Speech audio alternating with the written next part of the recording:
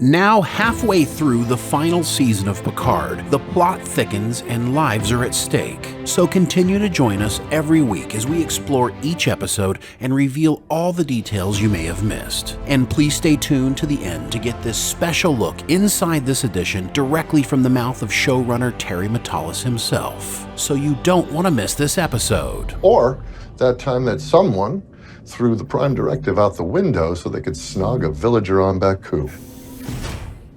Those were the days. And stay tuned until later, where we'll be showing you a futuristic wallet Starfleet would be proud of, even though they don't need money. Once you have their money, you never give it back. Exactly. Last week's episode ended the first act of the series with the Titan escaping the Shrike because our TNG family worked together doing what they do best. We discovered new life in that nebula, which proves that even in dire circumstances, good Star Trek can also continue searching out new life. The episode ends with our team safe for the time being, but Jack is being haunted by his visions and a female-sounding voice instructing him, "Connect us. Find me." In the last episode, we also learned that Vadic is a changeling, confirmed by showrunner Terry MATALAS and co-executive producer Christopher Monfett. We also find out that Captain Shaw is still suffering trauma from Wolf 359, and he holds Picard responsible. He was on that Borg cube, setting the world on fire! We also learned that Jack had approached his father anonymously years before and had his heart broken when Jean-Luc told him, Starfleet has been the only family I have ever needed. Some of the things we hope to learn from this episode include what was really stolen from Daystrom, what was the creature Vadic was communing with, and why exactly is Jack having these visions.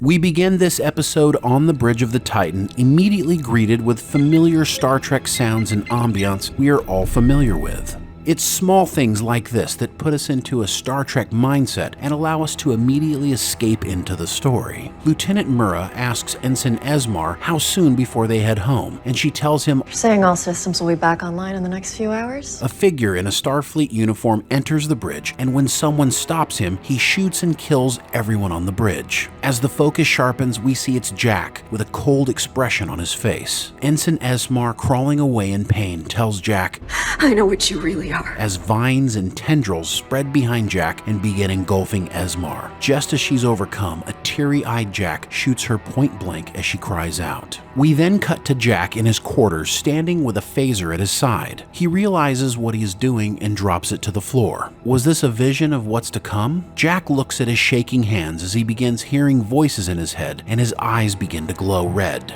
The female voice in his head says, Jack, come home.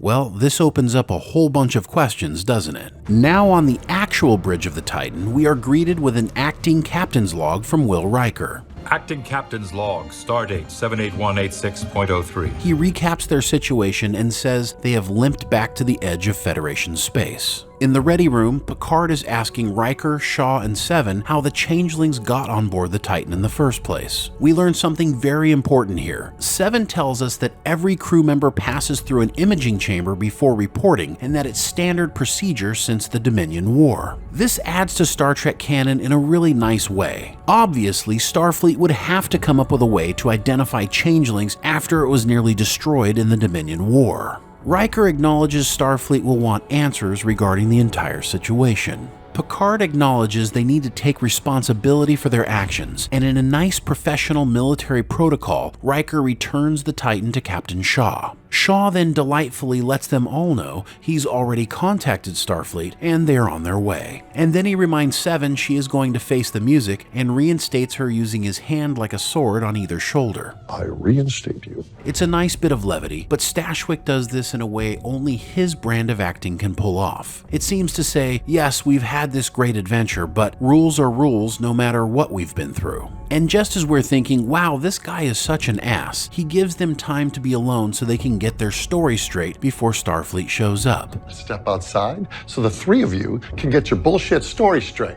This guy is an emotional roller coaster for all of us fans, but we just can't help to love him. Picard tells Seven he is taking responsibility for everything that's happened. In Picard's mind, the worst is over, and he indicates he'd like to be a part of Beverly and Jack's life. But Crusher tells him she doesn't think it's over. She's concerned that a changeling bypassed Starfleet security, and she wants to get to the bottom of it. She wants to examine the changeling body, and Picard agrees. Now alone with Jack, the young man wants to know if he is going to be in trouble. Picard says something here that we absolutely love. Starfleet's an organization built on the ideals of reason. And he can be very persuasive. A reasonable future? Sign us up. Picard then suggests that maybe Jack would want to join Starfleet, but Jack shrugs it off, doubling down on his lone wolf approach to life, but likely still hurt by the words his father told him about not needing a family. Picard then gets to experience the frustrating thing we all feel when our kids don't listen to us because they think they know better, and after a moment of consternation, he leaves. Jack sees Ensign Esmar in the passageway, and he seems to reflect on the vision he had earlier in his quarters. We move over to the La Sirena, where Worf and Rafi are sparring. Worf is using his bat'leth, which is the primary weapon we see him use in hand-to-hand combat on the Next Generation and Deep Space Nine. Worf disarms Rafi and headbutts her. He easily dispatches her as it becomes obvious he's trying to teach her patience. The answer for their request to investigate Daystrom is denied, and Rafi thinks they're hiding something. Rafi tells Worf, I'll break in there myself if I have to. We are standing down. So she tells him he hasn't sacrificed as much as she has. Worf throws his knife into the floor and tells her, Do not presume to know what I have and have not sacrificed for this. The last we know of Worf in Star Trek canon tells us that he became the Federation ambassador to the Klingon Empire. The TNG episode All Good Things left us believing he remained among Klingons and eventually became a governor. But the Star Trek novels, which have been used more than once to build out storylines,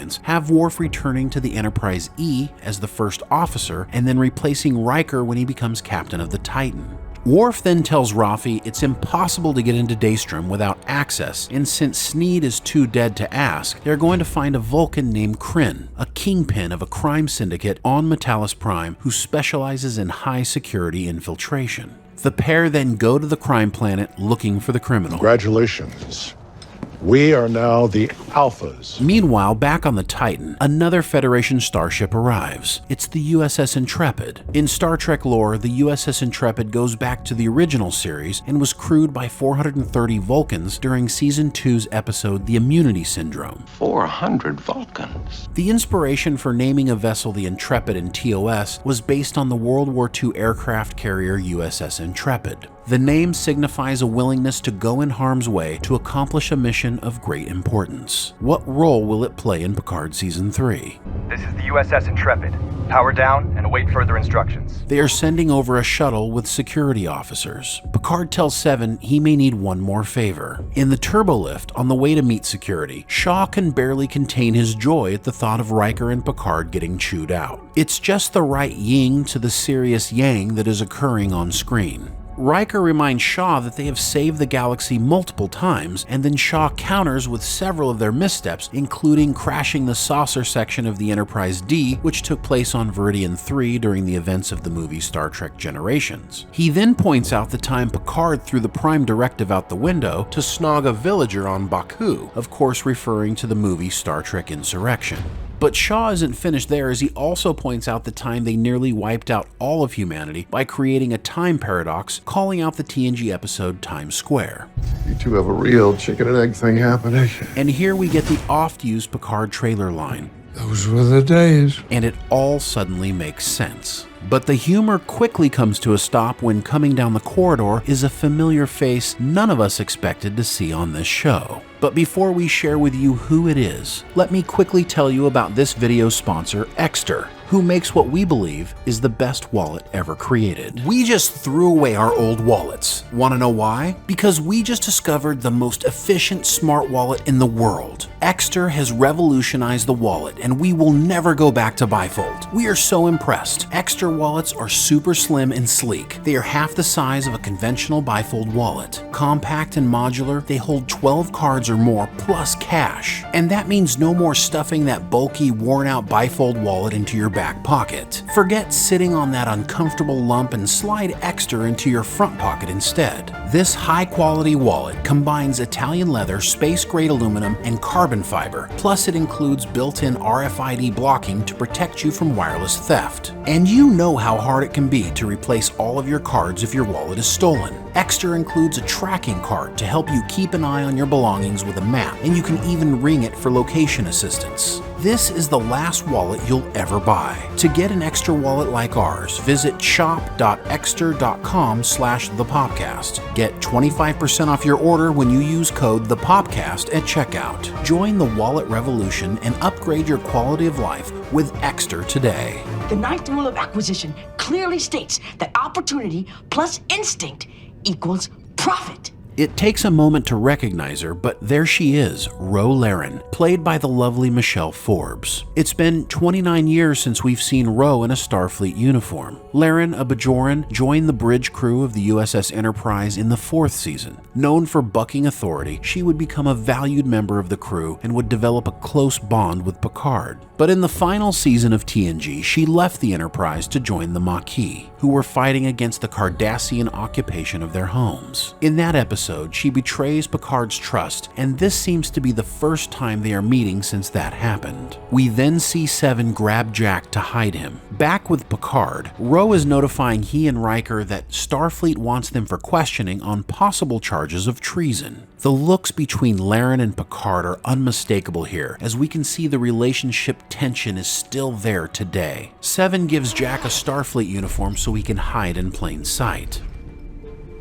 No. In medical, we have Dr. Crusher and Dr. Ock conducting a post-mortem on the changeling body that still looks like Ensign LaForge. And we also have Ensign LaForge, who is struggling to look at herself dead on the table. Beverly points out that changelings usually revert back to liquid state, but this one did not. She finds no DNA, but blood-like plasma, which means it could pass the traditional Starfleet blood test. Back in the ready room, Picard is angry to see Laren back in a Starfleet uniform. Riker tries to convince him otherwise, but Picard will have none of it. He is angry that she would accuse them of treason when she committed treason to join the Maquis. When Ro finally enters the room, her tone is unshakable and cold. She separates them both for questioning, but she stays with Picard. Once alone, they take turns taking shots at each other. Picard questioning how she could be back in Starfleet, and Laren on Picard taking the Titan. Laren cuts her hand to show Picard she's not a changeling, and Jean-Luc notices she's not wearing her Bajoran earring. He berates her for turning her back on another institution.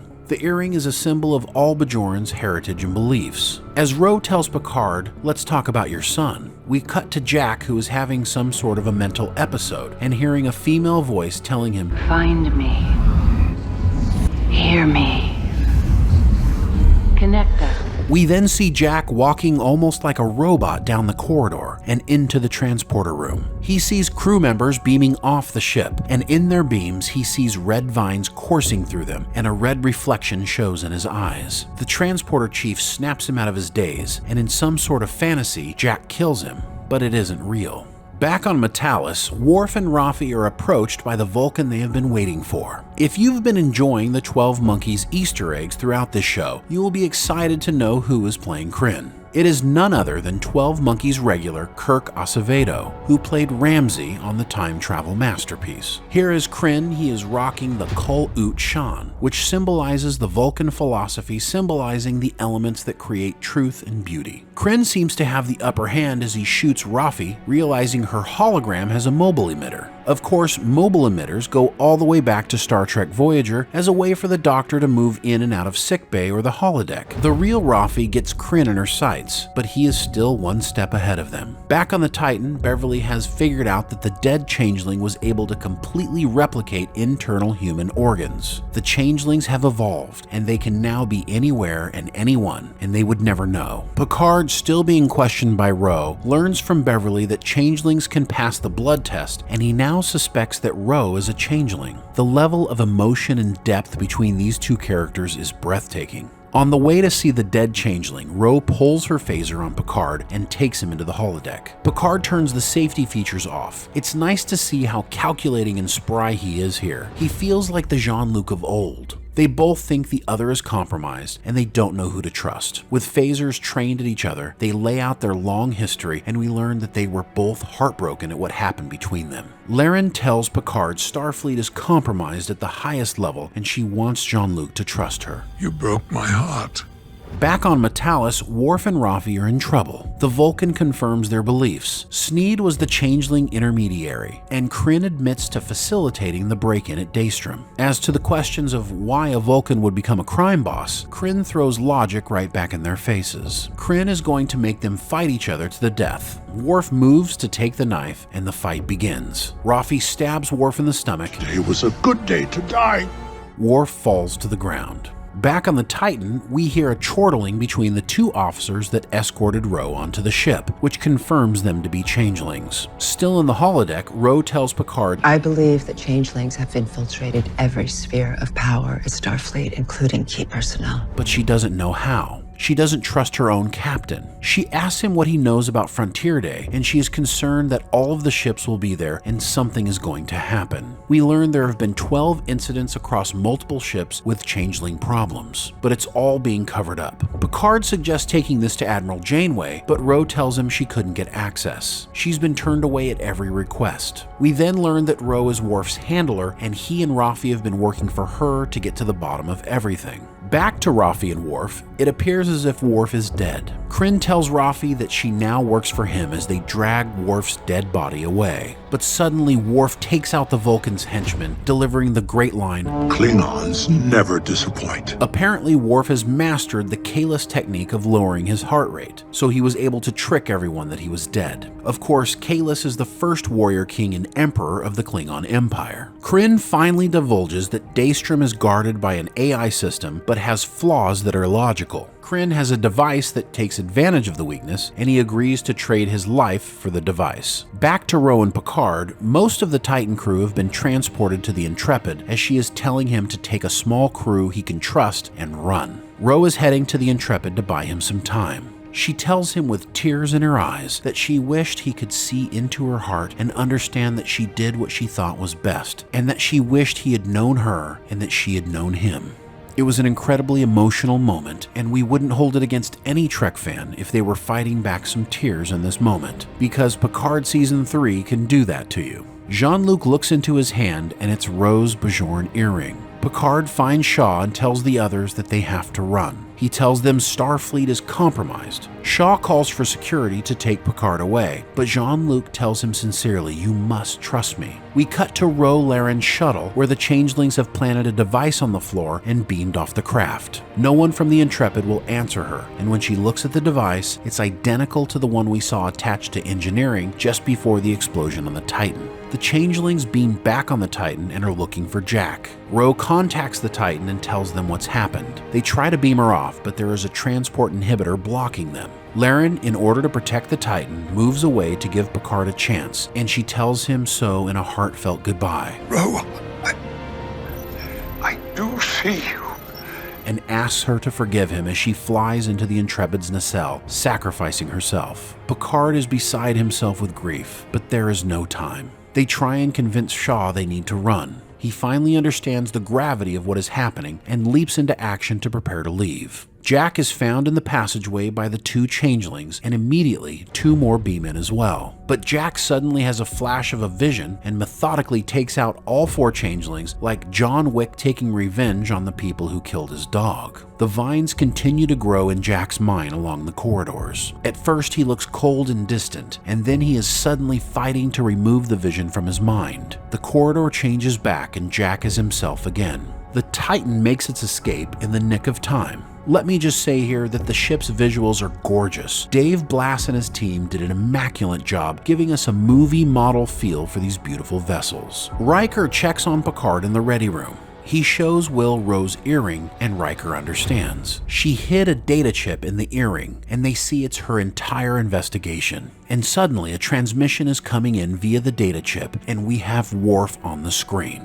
The genuine delight that these characters have seeing each other again, and for us fans seeing them on screen again together for the first time in 20 years, is emotional and moving. We then go to Beverly, who takes a moment with her son, and she pries him for what is wrong. She talks to him about nightmares he had when he was small and he couldn't sleep. She tells him, "We can get through this, but you need to talk to me." She then asks Jack how he knew they were all changelings, and he said he didn't. There is a moment of horror on both of their faces as Jack tells his mother, "I think there's something very wrong with me."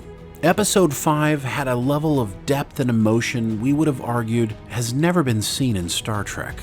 These characters that we have grown to love have been fleshed out so beautifully in this season of Picard. And now, with the Titan on the run, we still have some questions. How were the changelings able to infiltrate Starfleet so easily? And what are their nefarious plans? And more importantly, what can the Titan do about it? And what are we going to find at Daystrom Station? And most importantly, what's wrong with Jack?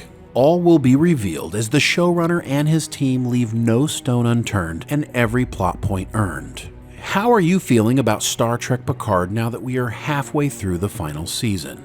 Let's talk about it in the comments below, and also give this video a thumbs up and consider subscribing, as we'll be doing this every week. And stay tuned, because in a moment we are going to share with you thoughts on episode 5 directly from the mouth of showrunner Terry MATALAS himself. And if you enjoyed this video and want to hear more discussions about this topic and others just like it, please join us over at our other channel, the Popcast Unleashed, where we'll be conducting interviews with your favorite Star Trek personalities. Also, please consider supporting our channel and get your own Worf, This Is a Good Day to Die inspired graphic design from the amazing artists at mixtees.com. Get 20% off your purchase by using coupon code THEPOPCAST. The link is in the description below. And now, Star Trek Picard Season 3 showrunner Terry MATALAS. It felt like if you were going to do the very last Next Generation story, that was a dangling thread that you wanted to pull on and follow up on. And in an episode that was essentially a paranoia thriller, what better way to come to a catharsis between two characters and try and decide if the person sitting across from you is really that person than by trying to get through your past trauma together. It felt like it could be a really terrific episode of television if we did it right. And I'm very proud of the result. I think Michelle is extraordinary. I think Patrick is wonderful in it. I think it's and it also serves to escalate the season right at the midpoint.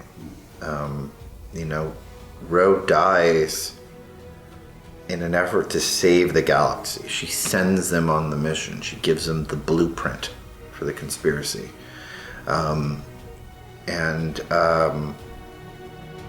That felt powerful